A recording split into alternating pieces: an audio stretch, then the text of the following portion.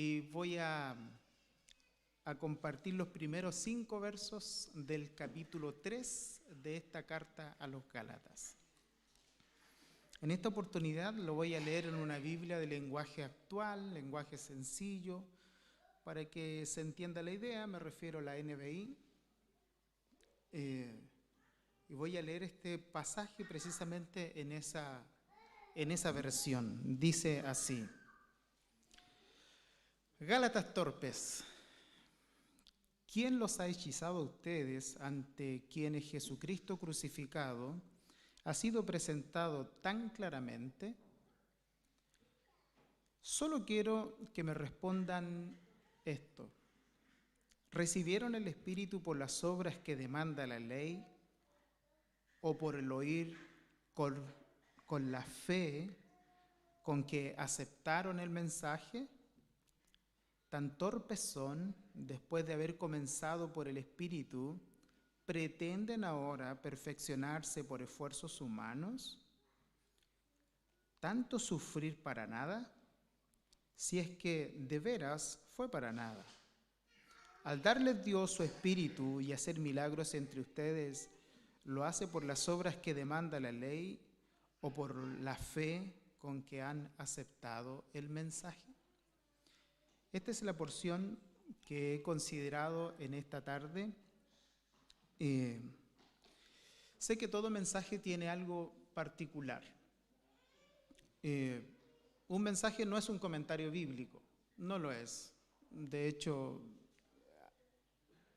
Spurgeon, hablando acerca de la predicación de Pablo, él dice que al aprender de predicación, y especialmente como Pablo enseña, el principal efecto del mensaje es mostrar una imagen, un cuadro tan real de la cruz de Cristo que sus oyentes sean capaces de verlo como algo que los están observando sus propios ojos, pero a través de la predicación del mensaje. Un buen mensaje tiene en realidad un desafío contemporáneo. Y cuando me refiero a un desafío contemporáneo, no solo es explicar lo que el texto dice y presentarlo a la audiencia original a la cual se le enseñó este mensaje o se le transmitió este mensaje, sino que también cómo este mensaje nos va a ayudar a nosotros. Porque nosotros no somos los Gálatas, pero la palabra de Dios es tan fresca y está tan llena de poder y de virtud como lo estuvo en los tiempos en que se escribió para estas iglesias. Entonces, ese es un verdadero desafío. Y por ende, aunque muchas veces nos tengamos que topar con palabras fuertes, como es el caso de esta oportunidad, lo cierto es que sería una torpeza tomar el texto e ir directamente a ustedes. Sería una torpeza decirles: hermanos, ve que somos tontos porque aquí dice, oh Gálatas torpes. Entonces debiéramos dejar nuestra torpeza. La verdad que eso sería horrible, porque no se está refiriendo directamente a nosotros, sino que primero se refiere a una audiencia. Y después nosotros tomamos este mensaje, lo filtramos por la cruz y lo aplicamos para nosotros. De modo tal que si va a escuchar en algún momento alguna palabra fuerte, no me refiero a ustedes, me refiero a los Gálatas. Pero como diría el dicho chileno, si el poncho le queda bueno,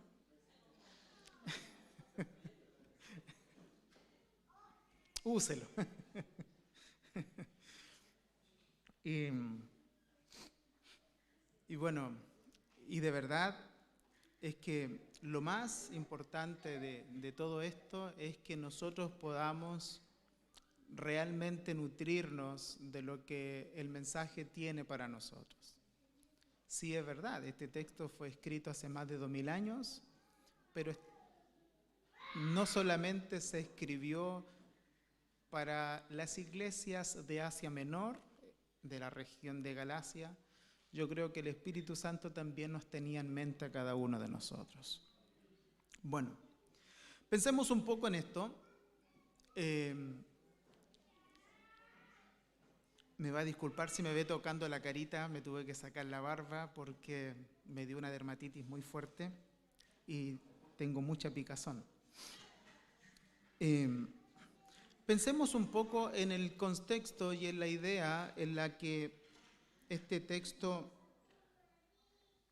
se escribe. Este texto es la continuación de lo que Pablo ya ha venido mencionando acerca de un problema puntual que estaban viviendo algunas iglesias debido a que el mensaje del Evangelio comenzó a ser distorsionado. No olviden que Pablo menciona a estas personas que distorsionaron el mensaje, las menciona como falsos hermanos, como asolapados que entran encubiertamente y usan el verdadero mensaje para meter su veneno, tratando de apartar así a las iglesias de Galacia de la verdadera fidelidad a Cristo y el Evangelio. Pablo hace algunas advertencias serias, muy serias. Tanto es así que les dice que apartarse del Evangelio es apartarse de Cristo. Y que poner oído a un evangelio diferente es en realidad muy dañino, ya que más adelante, probablemente en algunas próximas predicaciones, vamos a escuchar de que hay personas que están dentro de la iglesia y por influencia de malos hombres pueden incluso caer de la gracia de Dios. Es un tema en realidad que hay que desarrollar con mucho cuidado, pero Pablo lo dice en esta carta. Tanto es así que Pablo también menciona de que si alguien viene y les predica otro evangelio del que ya habían recibido, sea este un ángel del cielo o algún apóstol, y aún Pablo dice, o aún yo mismo, si alguien viene y predica un nuevo evangelio, esa persona caiga bajo maldición, sea un maldito de Dios. Esa es la palabra anatema, sea un maldito de Dios. Pablo comienza a desarrollar ideas para recordarle a los hermanos el verdadero mensaje. Y desde por lo menos la mitad del capítulo 2 menciona que una verdadera identidad de un cristiano es aquel que ya no se esfuerza en ir por un camino de justificación propia delante de Dios, sino que su fe descansa única y exclusivamente en la obra de Cristo. Que nuestros esfuerzos morales y nuestro apego hacia la ley no son el camino que debe tomar la iglesia para alcanzar algún mérito humano y por ende creer que a través de ese camino encontraremos salvación. Pablo les menciona que una fe genuina descansa solo en la obra de Cristo. De hecho, el mensaje que he leído es bastante particular en cuanto a su tono. Y digo particular porque Pablo como predicador era sin igual. Lo cierto es que era sin igual. Nadie se ha atrevido a compararse con el apóstol Pablo hasta ahora, ni aún los grandes intérpretes. Primero por la calidad. Pablo no fue un repetidor de frases de otros. Pablo es una persona que él se apropia de su mensaje. Él dice que el evangelio es de él, que el mensaje que la iglesia recibe y lo recibe de parte de Dios, dice que lo recibe conforme a mi evangelio. Por lo tanto, Pablo no solamente es alguien que está transmitiendo una idea de otro, porque ciertamente él toma pasajes del Antiguo Testamento en muchas oportunidades, pero Pablo también se destaca como un ejemplo de revelación inmediata, es decir, Dios lo usó a él para aclarar cosas que otros no pudieron aclarar. De hecho, en otra carta Pablo dice que Dios lo escogió a él para aclarar a todos cuál sea el misterio escondido desde los siglos en Dios. Eso lo dice con amplitud. Pablo dice, a mí se me dio esta gracia. De modo tal,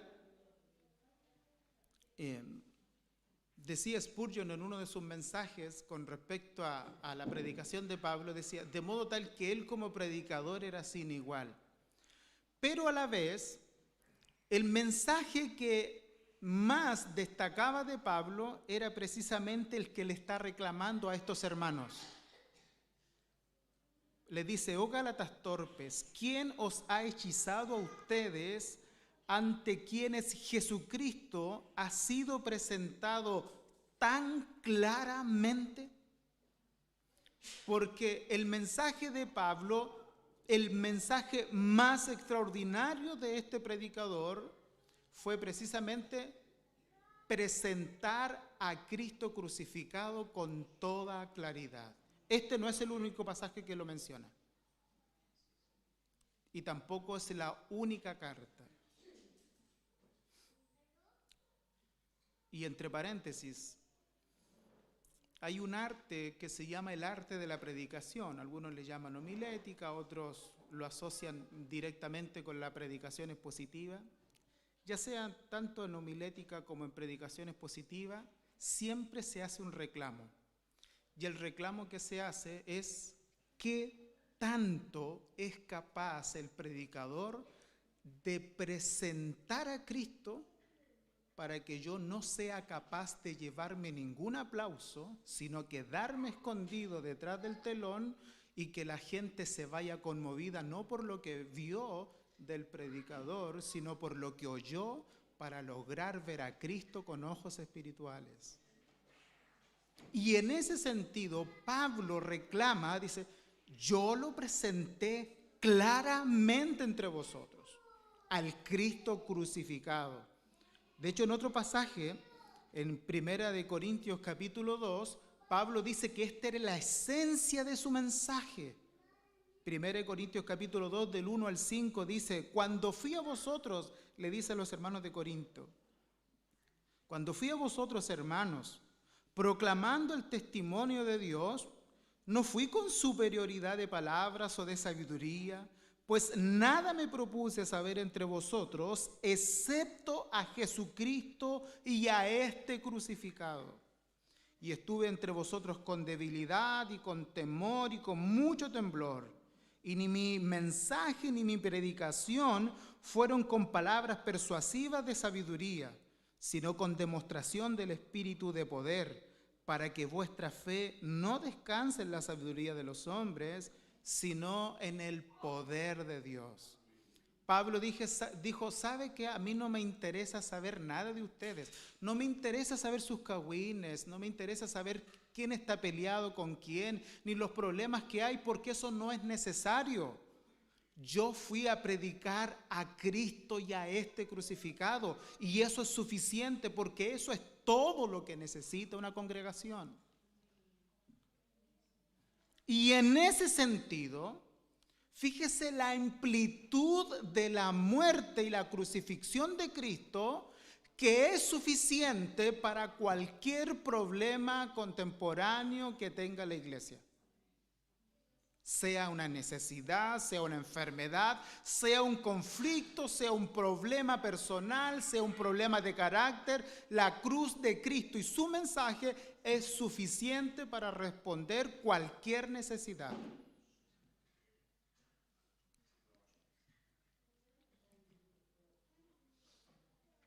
Pablo les dice, yo a Cristo se los presenté tan claramente. Ustedes lo podían ver. Y fíjese, entre paréntesis, hermanos, no está hablando de que las iglesias de Gálatas lograron ver a Cristo colgado en la cruz de manera literal. Eso no es real. Lo que Pablo está tratando de decir, que el mensaje tenía tal grado de claridad que ellos, al escuchar el mensaje, podían ver a Cristo crucificado con toda claridad. No lo estaba hablando de manera literal, sino de manera metafórica. Y Pablo les dice, si este fue lo que se les presentó a ustedes, ¿qué pasó? Y Pablo se pregunta, ¿quién los hechizó? Y en este sentido hay varias formas de entender de manera implícita también por qué Pablo hace este reclamo. ¿Qué les hechizó? ¿Qué fue lo que les hizo sacar la vista del Cristo crucificado? ¿Qué fue? Hermano, en otro caso, en otra iglesia fueron personas. Fueron personas. La gente comenzó a poner la vista a los líderes de la iglesia. Incluso en los predicadores de la iglesia. ¿Recuerdan a Corinto? El reclamo de Pablo. Y les dice acerca de, bueno, oigan, ¿qué está pasando? Le dijo, a ver, algunos de ustedes están diciendo que yo soy de Pablo, otros yo soy de Cefas, otros yo soy de Apolos. Bueno, ¿qué está pasando? Dijo Pablo. ¿Qué es Pablo? ¿Qué es Apolo? Todos somos servidores de Dios por medio de los cuales habéis oído el mensaje. Yo sembré, Apolo regó, pero la verdad más importante es entender que ni el que siembra ni el que riega es algo, sino que lo que realmente vale es que es Dios el que va a dar el crecimiento. No pongan la mirada en las personas. Y por ende hay un desafío también para nosotros, a quienes nos paramos detrás de este altar, en no hacer que se ocurra. Pablo les dice, ¿quién los hechizó a ustedes ante quienes Jesucristo ha sido presentado tan claramente? Y comienza a preguntarles, solo quiero que me respondan esto. ¿Recibieron el Espíritu Santo por las obras que demanda la ley o por la fe con que aceptaron el mensaje? Pablo no está negando de que estas personas no hayan recibido el Espíritu Santo, pero sí le extraña que se estén tragando el cuento de que el evangelio hay que perfeccionarlo con cosas humanas. Pablo le dice, no, a ver, ¿qué está pasando? Y les dice, ustedes recibieron el Espíritu Santo porque ustedes obedecen la ley, se circuncidaron. Y mire, y permítame pegarme un salto ida y vuelta corto, bien cortito. Es como lo que se dice hoy en día un poco acerca del Espíritu Santo. Mire, ¿sabe qué, hermanos? Y esto es muy común en nuestro lenguaje pentecostal, es muy común. Hermanos, ¿sabe qué? Si tú fuiste sellado con el Espíritu Santo, eso es una cosa. Pero tú ahora necesitas el bautismo del Espíritu Santo. Invitan a la gente a buscar una experiencia mística como que si eso fueran dos cosas distintas. Como que si el bautismo del Espíritu Santo fuera diferente a tener el Espíritu Santo. Y lo más horrible, por ahí dicen que el bautismo del Espíritu Santo se muestra cuando la gente habla en lenguas extrañas. Eso es horrible. Pero quiero decirle que dentro de nuestros círculos se dice y se predica. Y eso es una falsedad. De hecho, no hay cómo sustentarlo con la palabra del Señor. Lo que la Biblia sí nos enseña es que el Espíritu Santo que ya tenemos por haber oído la predicación del mensaje y haber creído en ese mensaje, nosotros fuimos sellados con el Espíritu Santo, pero tenemos la obligación de todos los días, como es una obligación, es un deber cristiano, de todos los días llenarnos con el Espíritu Santo. Porque no se puede sostener que el bautismo se reciba después de la conversión, el bautismo del Espíritu Santo. No se puede sostener eso. Pablo les dice, piensen en esto. ¿Ustedes recibieron el Espíritu Santo por obedecer algo o por hacer algo para tenerlo? ¿O lo recibieron cuando aceptaron el mensaje con fe? Y miren la expresión del verso 3, ¿tan torpes son? Después de haber comenzado por el Espíritu, por esto que escogí esta versión, porque define muy bien las palabras que la versión 1960 emplea y las expresa y las ordena con tan precisión. Dice, tan torpes son, después de haber comenzado por el Espíritu, pretenden ahora perfeccionarse con esfuerzos humanos. Mi hermano, y esto no solamente fue el problema de los Gálatas, este es el problema de hoy. De personas que creen y escuchan un mensaje. Hermanos, la salvación es por gracia, la están predicando en todas las iglesias. Si los católicos también creen que la salvación es por gracia, es un invento nuestro.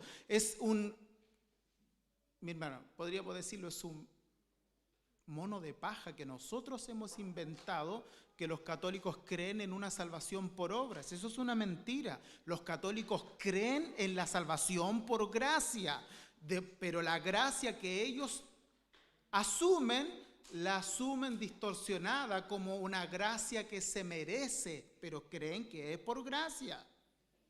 Todos dicen que la salvación es por gracia. Todos, en la boca de la gran mayoría de las iglesias está de que la salvación es por gracia. Pero en la gran mayoría de las iglesias también está que la salvación es por gracia más lo que yo pueda hacer. Y que no es por la gracia sola, sino que es por la gracia más todo lo que yo pueda aportar. Y de hecho es más, bueno, en honor al tiempo lo voy a hacer así. De hecho es más, alguno de ustedes puede que esté inquieto referente a su salvación porque cree que la salvación es por gracia, porque aquí se dice que la salvación es por gracia, pero tiene tal grado de duda y desconfianza en ese mensaje que algunos tienen miedo de perder su salvación. Y por eso hacen una cantidad de cosas porque se sienten inseguros. Eso es exactamente lo mismo. Es exactamente lo mismo. Eso es lo que Pablo les está poniendo ahí como evidencia y les está diciendo, hey, piensen un poco, piensen un poco. Ustedes me están diciendo que lo que se ha comenzado por el Espíritu ahora se debe perfeccionar por esfuerzos humanos.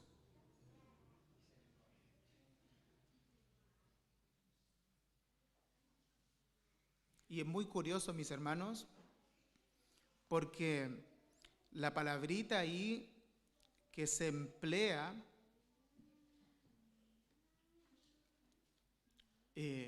Pablo, en la versión 1960 habla, dice, habiendo comenzado por el Espíritu, ¿vais a acabar por la carne? ¿cierto? Eso dice la versión 1960. Ok. Pero Pablo ahí emplea una palabra que es la palabra epiteleo, que significa completar. Esa es la idea, ese es el reclamo. Pablo le está diciendo de que que los hermanos de Gálatas han llegado a pensar de que la obra de Cristo está incompleta y la iglesia está llamada a completar esa obra para poder salvarse.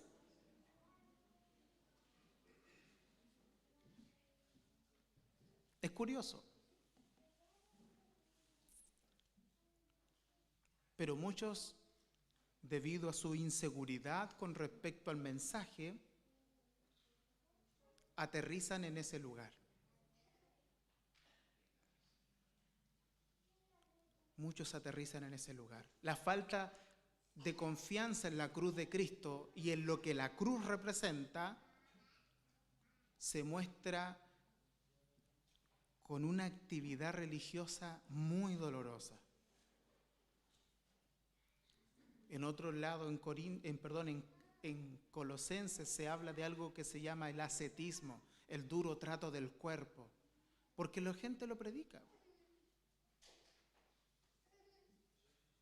El duro trato del cuerpo, que hay que sufrir, que hay que padecer. ¿Ha escuchado ese dicho de morir con las botas puestas?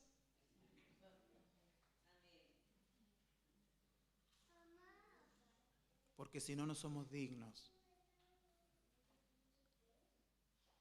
Ayer conversaba con un pastor y me hacía referencia a la confusión que existe con respecto a pasajes como el que perseverare hasta el fin, ese será salvo. Y toda la gente cuando escucha ese mensaje, lo primero que se le viene a la mente, un camino doloroso, y que a pesar del camino doloroso no pueden renunciar a su fe, porque si renuncian a su fe se van a perder.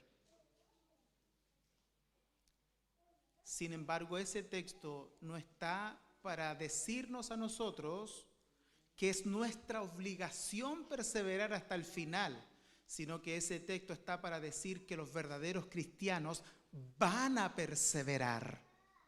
Y van a perseverar en medio de la tribulación, en medio de la persecución, porque aún la misma doctrina nos enseña que los cristianos perseveran porque Dios es fiel en conservarlos. Dios los conserva. Dios nos guarda sin caída.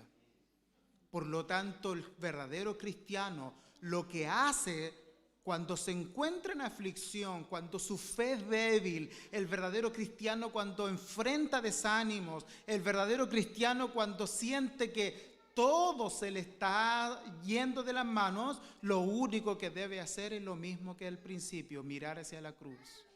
Y ver la cruz, y ver la cruz, y ver lo que ocurrió en la cruz, porque de la misma manera en cómo comenzó nuestra salvación, de la misma manera continúa y de la misma manera va a terminar. Y nuestra salvación comenzó en la cruz, nuestra salvación se conserva en la cruz y nuestra salvación termina en la cruz. Nuestra salvación comienza con el Evangelio, nuestra salvación se conserva por el Evangelio y nuestra salvación llegará a su glorificación por el Evangelio. No hay otra forma. De modo tal que nuestra responsabilidad es mirar hacia la cruz, todo el tiempo mirar hacia la cruz. Y de verdad que creo que todas las personas que sacan su vista de ahí es cuando corren el peligro de poner su vista en sus esfuerzos. Y les quiero recordar algo. Pablo se los dice aquí de esta manera. ¿Recibieron el Espíritu por las obras de la ley o por la fe con la cual aceptaron el mensaje? Y yo quisiera preguntarte a ti, mi hermano, a ti. ¿Tienes evidencia de una fe real? ¿Te acuerdas cuáles son las características de una fe real?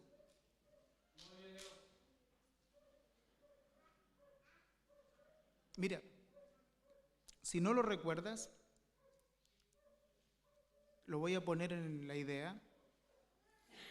Hace un tiempo atrás conversábamos de que una fe real, por lo menos, algunos piensan que tienen más, pero todos concuerdan en que hay por lo menos 3 elementos distintivos para saber si mi fe es real. Uno de esos, recuerda que se llama, que una fe real tiene notitia, es decir, tiene noticia, tiene información. Una fe real no es creer en cosas que no tengo idea. Por eso que es importante que tú escuches el mensaje y que conozcas su palabra, la palabra de Dios. Una fe real primero tiene notitia, tiene un mensaje, tiene una información. Segundo, una fe real, mis hermanos, tiene lo que se llama el ascensus, que quiere decir, yo tengo una noticia, pero yo, mi hermano, ahora afirmo esa noticia. Es decir, que la información que yo he recibido, ahora yo la creo como válida. Yo creo que esa información que recibí es la información que yo necesito saber del Evangelio. Hagamos el primer paréntesis. Por eso que es peligroso, es muy peligroso estar creyendo en cosas que no están en la palabra de Dios. Por eso que es peligroso.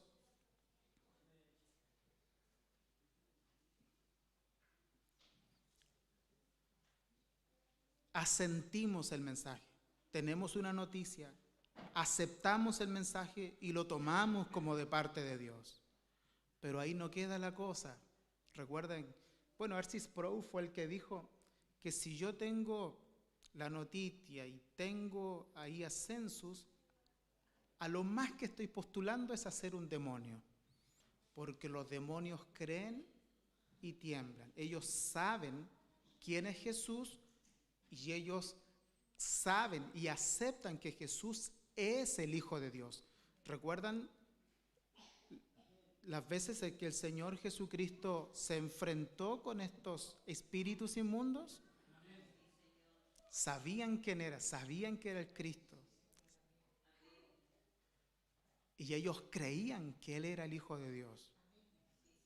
Por eso que Santiago es el que dice en el capítulo 1, ¿tú crees que Dios es uno? Bien haces. Los demonios también creen y tiemblan. ¿Y qué es la característica que nos diferencia entonces de un demonio? Es la fiducia. ¿Qué es eso? Es la confianza, el descanso en la información y en lo que creo. Yo descanso. Por eso que, escúchalo bien, ¿qué pasó con la cruz de Cristo y estos hermanos que no fueron capaces de descansar en esa cruz, sino que comenzaron a agregar cosas a la cruz de Cristo? Y yo te pregunto a ti, hermano querido, ¿tú realmente descansas en esa cruz? ¿Tienes plena confianza? Que no importa que no sientas nada, porque tus emociones no son un mecanismo para evaluar quién tú eres, sino que lo que nosotros debemos usar para evaluar lo que somos es lo que la palabra de Dios dice. Y si la palabra de Dios dice que nosotros, habiendo oído el mensaje de la verdad y habiendo creído en él, fuimos sellados con el Espíritu Santo, que es la zarra de nuestra herencia hasta la redención de la posesión adquirida, aunque no sienta nada, yo lo creo.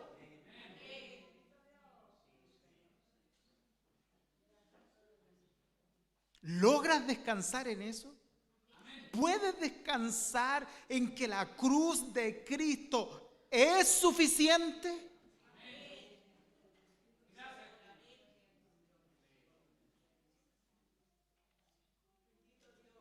Y ese elemento estaba quizás ausente en esta iglesia.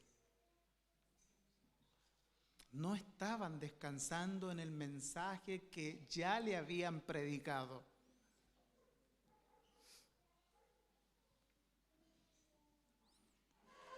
Quiero mencionarles algo referente al Ascensus, por si alguien realmente ha tenido el interés de estudiarlo. El Ascensus también tiene relación, que esa confianza no es una cuestión verbal, mi hermano. No, si yo confío en el Señor, porque alguien puede llegar a decir, no, mire, yo confío en el Señor, sí, yo sé que Él murió y yo sé que Él resucitó, pero sabe que el Ascensus tiene un elemento más, y eso involucra tus emociones. De modo tal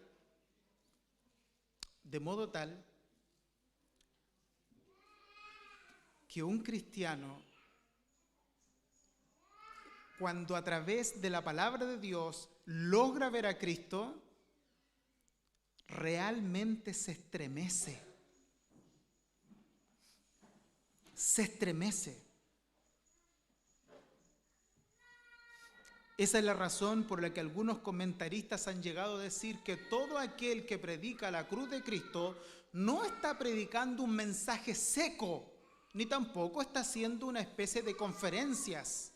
Está predicando un hecho vivo hasta el día de hoy para todo cristiano, porque toda persona que acepta a Cristo por la predicación del mensaje, inmediatamente ocurre algo milagroso, es vinculado con la muerte de Cristo y a la vez es vinculado con la resurrección de Cristo y es insertado a la familia de Dios y es hecho partícipe de una nueva sociedad.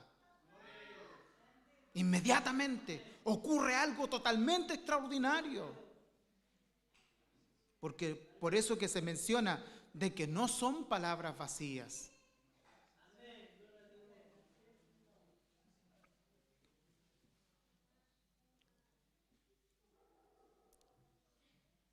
Pregunto una vez más, ¿realmente descansas en la cruz de Cristo? Y eso valga, mis hermanos, valga, porque muchos de nosotros decimos, yo descanso en la cruz de Cristo, pero hay cosas que nos ocurren en nuestra vida cristiana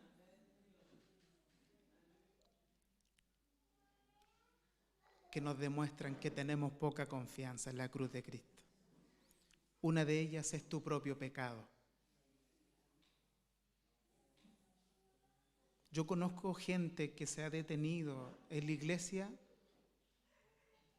¿Saben por qué? Porque han pecado y ellos no se perdonan.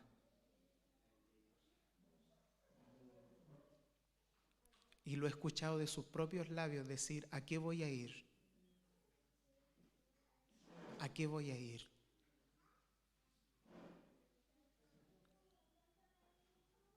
Y eso es una ofensa a la cruz. Yo te aconsejo que cada vez que peques, anda a las rodillas. Anda a las rodillas, confiesa tu pecado, pero tienes que levantarte sintiendo de que ya fuiste perdonado. Es impresionante lo que ocurrió con David y lo declara ahí en 2 de Samuel 21, Salmo 51. ¿Recuerdas cuando va el profeta Natán y le cuenta ese cuento de las ovejitas y el hombre rico? Y cuando David, enfurecido, da una sentencia y Natán le dice, tú eres el hombre. David no se excusó. David reconoció su pecado y él lo primero que dice, he pecado. Mi hermano, y fue tan espontáneo lo que ocurrió en ese momento. Natán le dijo, tu pecado ha sido perdonado. ¡Wow! Así, pero espontáneo. Y eso es lo que encontramos en la cruz de Cristo. Pero ¿sabes lo que nos pasa? Es que nosotros no somos capaces de disfrutar eso. Eso no nos hace libertinos, porque no estamos promoviendo el pecado. Lo que estamos promoviendo es el poder de la cruz de Cristo. Pero también puede ocurrir que hayan algunos entre nosotros que todavía no hayan visto esa cruz o sepan muy poco de ella. Y esa sea la razón en que quieren descansar en Cristo y en algo más. ¿Sabe? Yo mirando este tema, hay una cantidad de información referente a la obra de Cristo. Hay un libro muy hermoso que comúnmente lo pasan en todas las aulas de clases, se llama Redención consumada y aplicada, de John Murray. Se dice en inglés Murray, le dicen los profesores. Y uno ve ese libro y uno queda extasiado en realidad de la obra de Cristo, de cómo se ordena la salvación, de cómo se presenta, y uno dice, ¿sabe qué? No hay forma de no confiar en la obra de Cristo, pero a la vez cómo esa salvación se aplica a nosotros, cómo se aplica aquí a Pablo Bamonde, con todo lo que soy.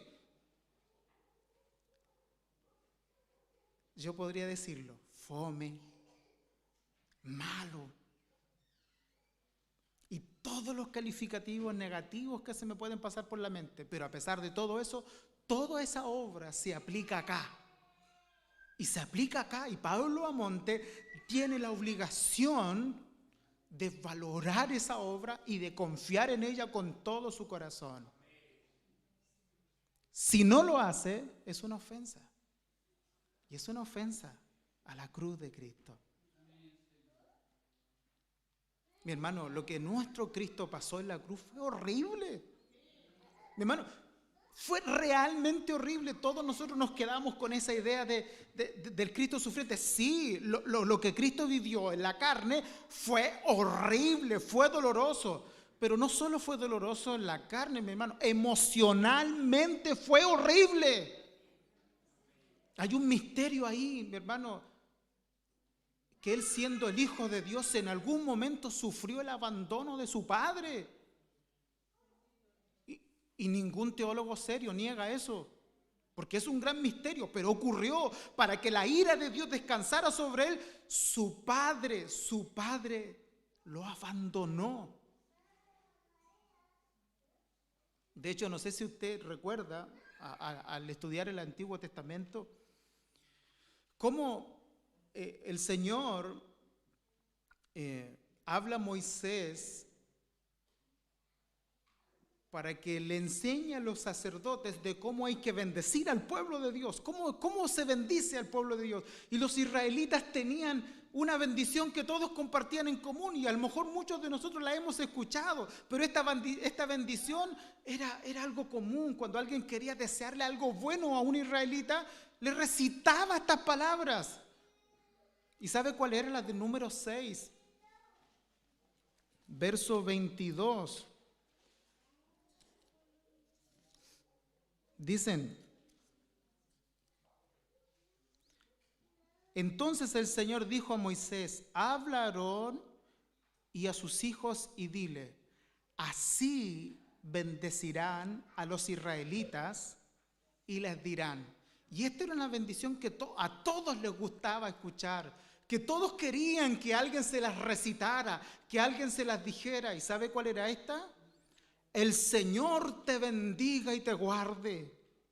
El Señor haga resplandecer su rostro sobre ti y tenga de ti misericordia.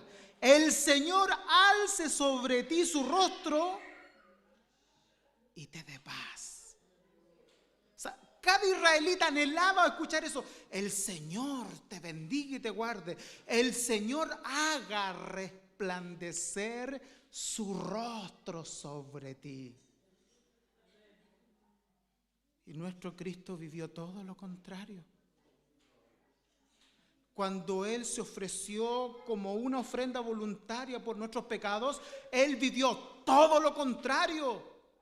Mi hermano, si la bendición consiste en que Dios, a través de su rostro, destelle una luminosidad de gloria sobre aquel que quiere bendecir, ¿qué sería lo contrario cuando Dios quiere maldecir a alguien?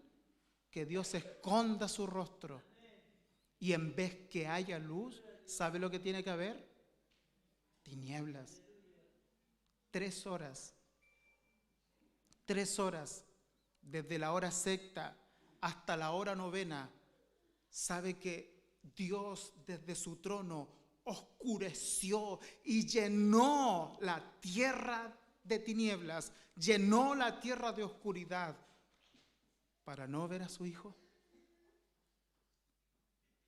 Dice Mateos 27 del 45 al 46, y desde la hora sexta hubo oscuridad sobre la tierra hasta la hora novena. ¿Qué es eso, mis hermanos? Lo que estaba ocurriendo, que al que no conoció pecado, Dios por nosotros lo hizo ofrenda por el pecado. En ese momento, todo nuestro pecado le fue imputado a Cristo, y la justicia de Dios, ¿sabe? Mire, nosotros a veces no dimensionamos esto, pero le voy a decirle algo a usted en esta noche.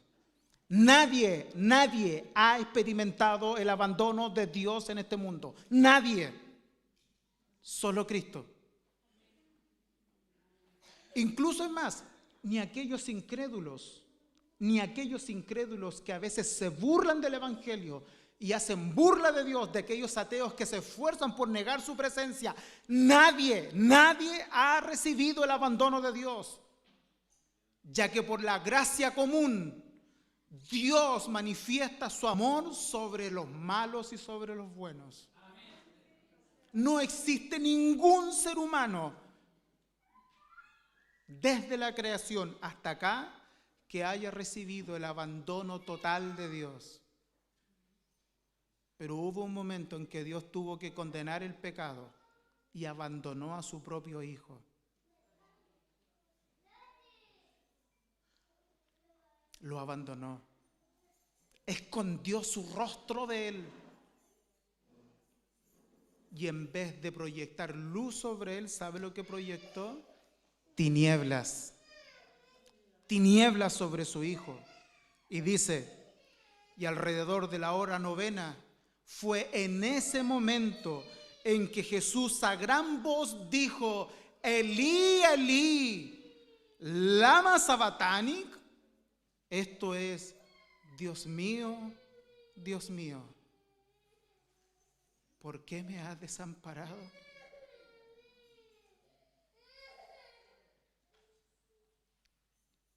Mi hermano,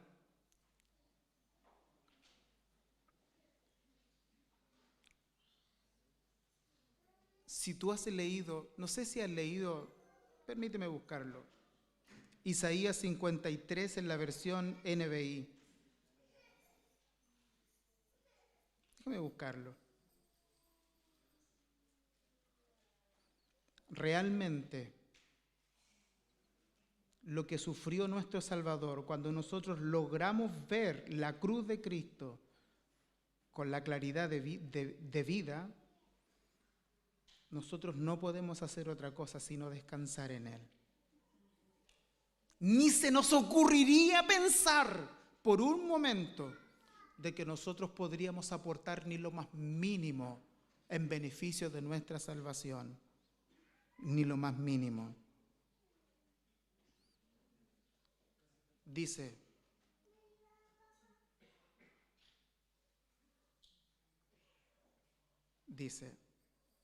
Isaías 53, despreciado y rechazado por los hombres, varón de dolores, hecho para el sufrimiento. Todos evitaban mirarlo. Fue despreciado y no le estimamos. Ciertamente Él cargó nuestras enfermedades y soportó nuestros dolores, pero nosotros lo consideramos como herido de Dios, golpeado por Dios y humillado. Él fue traspasado, mis hermanos, dice aquí, Él fue traspasado por nuestras rebeliones y molido por nuestras iniquidades. Sobre Él recayó el castigo, precio de nuestra paz, y gracias a sus heridas fuimos sanados. Todos andábamos perdidos como ovejas, cada uno seguía su propio camino, pero el Señor hizo recaer sobre Él la iniquidad de todos nosotros. Si Dios tenía que juzgar el pecado de todos nosotros, Dios hizo caer su ira sobre su Hijo y la juzgó con un justo juicio. El único que podía haber soportado lo que soportó fue Cristo. De modo tal, mi hermano, que ahora entendemos por qué Pablo le dice: oh Gálatas torpes. ¿Quién los hechizó para no obedecer a la verdad, ante cuyos ojos Jesucristo fue presentado como crucificado? ¿Tan necios sois? Habiendo comenzado por la carne, ¿se les ocurre que pueden perfeccionarse por obras humanas? Si lo que ocurrió en la cruz de Cristo fue tan perfecto y tan suficiente que nadie podría agregar ni siquiera un 0,00001% para su salvación. Nadie.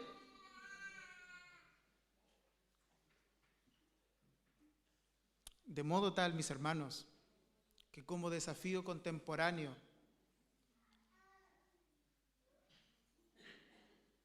¿cuánto descansas tú en la cruz? Cualquiera sea tu situación, ¿cuánto descansas tú en la cruz?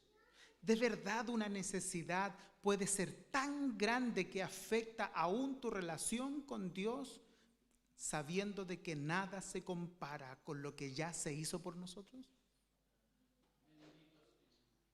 ¿De verdad es inquietante la necesidad económica al grado de anular nuestra fe para que no tengamos alguna expresión de gratitud a Dios, conmovidos porque aunque el mundo se esté cayendo a pedazos, la salvación es algo que ya tenemos y que nadie la podrá arrebatar de nuestras manos?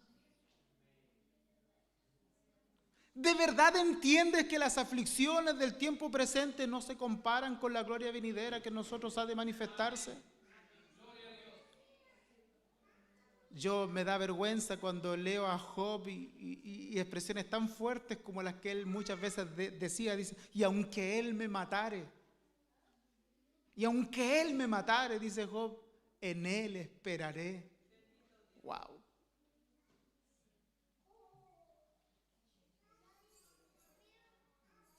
Sigue siendo Él la fuente de mi confianza, la fuente de mi esperanza. Y para nosotros, ¿qué tanto podemos descansar en la cruz de Cristo? ¿Qué tanto? Y creo que ese es un tremendo desafío como iglesia, tanto para ustedes como para nosotros. Para ustedes es que ustedes logren ver al Cristo crucificado para que la esencia del Evangelio sea suficiente para hacerles personas agradecidas, fieles, felices, contentas, dichosas de ser parte de la nueva sociedad de Dios, pero también para nosotros, para ver con qué claridad le presentamos a Cristo crucificado. Es un tremendo desafío. Mi hermano, es Cristo y nada más. Recuérdalo todos los días. Es Cristo y nada más. Sepas que aun cuando de tu boca sale decir Cristo es suficiente, aún te quedas corto, porque lo más probable hayan cosas que ni siquiera entendemos todavía, que con el camino la vamos a entender, pero cuando seamos aún más maduros de lo que somos, vamos a comprender, sí, es Cristo suficiente y nada más, nada más. Y permíteme decirte ahora a ti, escúchalo bien. Para Él hubo tinieblas, para Él hubo oscuridad, para Él hubo ira, para nosotros hay luz, para nosotros hay paz, para nosotros hay misericordia.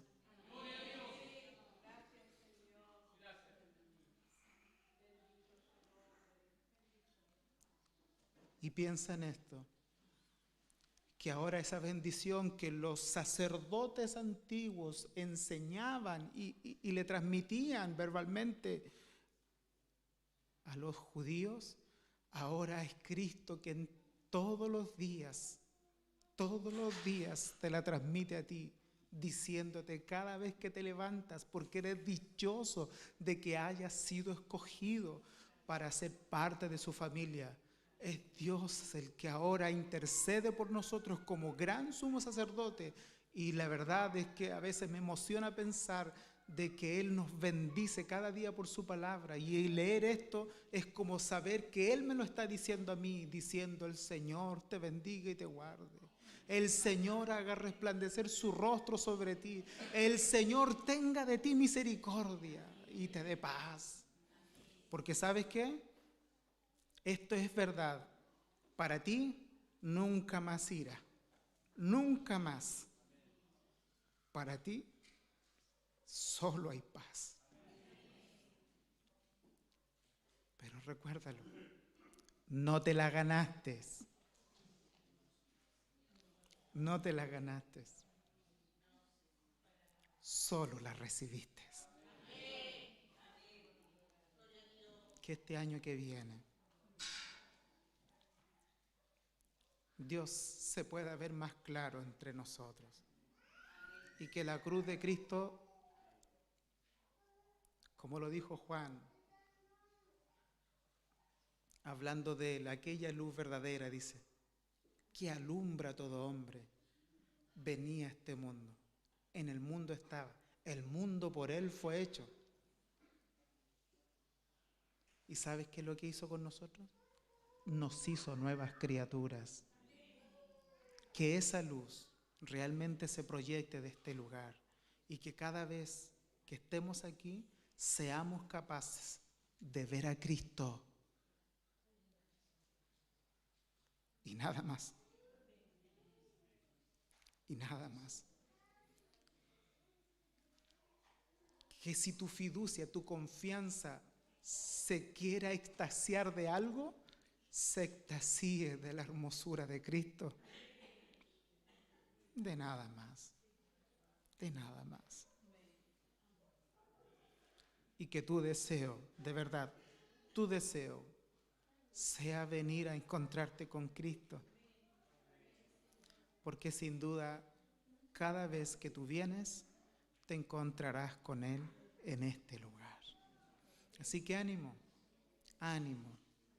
Hijitos, si hubiesen pecado, dijo Juan, abogado tenemos para con Dios el Padre, a Jesucristo el justo.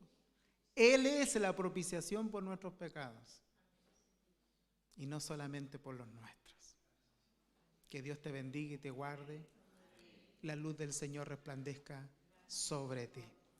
Oramos al Señor. Póngase en pie. Padre Celestial,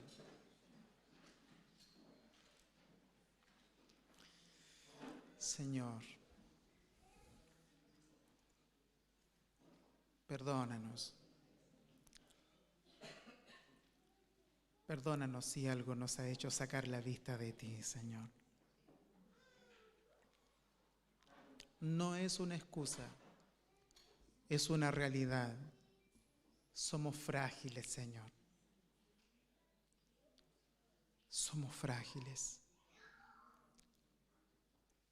Nos encandilamos con facilidad, Señor, con las luces de este mundo.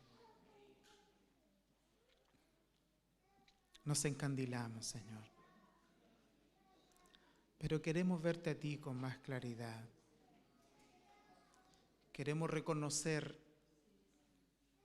que lo único que puede sostenernos de manera particular y también sostener a este grupo de personas que componen esta iglesia local. Lo único que lo puede sostener es tu cruz, Señor. No hay nada más. Señor, no queremos irritarnos unos a otros, ni estarnos mordiendo unos con otros, mostrando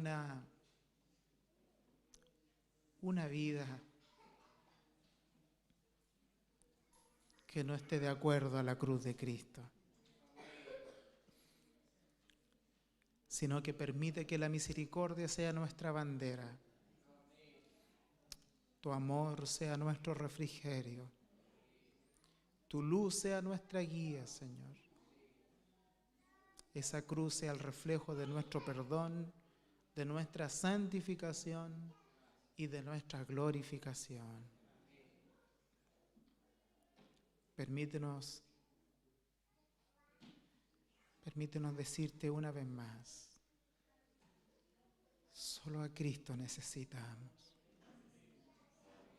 Solo a Cristo necesitamos y a nada más. No te alejes nunca de este lugar, Señor. Mantén este lugar con tu presencia. Necesitamos crecer en tu gracia. Y necesitamos, Señor, disfrutar de tu amor y tu perdón. A pesar de nuestra fragilidad, nos has regalado una fe para darnos cuenta de que sin ti no podemos vivir, Señor. Gracias por eso. Gracias por lo que nos has hecho. Gracias, Señor, porque venciste el pecado. Gracias porque nos hiciste parte del reino. Gracias porque somos tu iglesia. Gracias porque somos tus hijos. Gracias porque somos tu pueblo. Nada de eso va a cambiar. Porque para que eso cambie, tú tendrías que cambiar. Y eso es imposible. Gracias, Señor. Muchas gracias. Bendice a nuestros hermanos. Y danos el privilegio, Señor, como dice Hebreos capítulo 12, poner nuestros ojos en Jesús, el autor y el consumador de nuestra fe. A ti la gloria y la alabanza para siempre. Amén.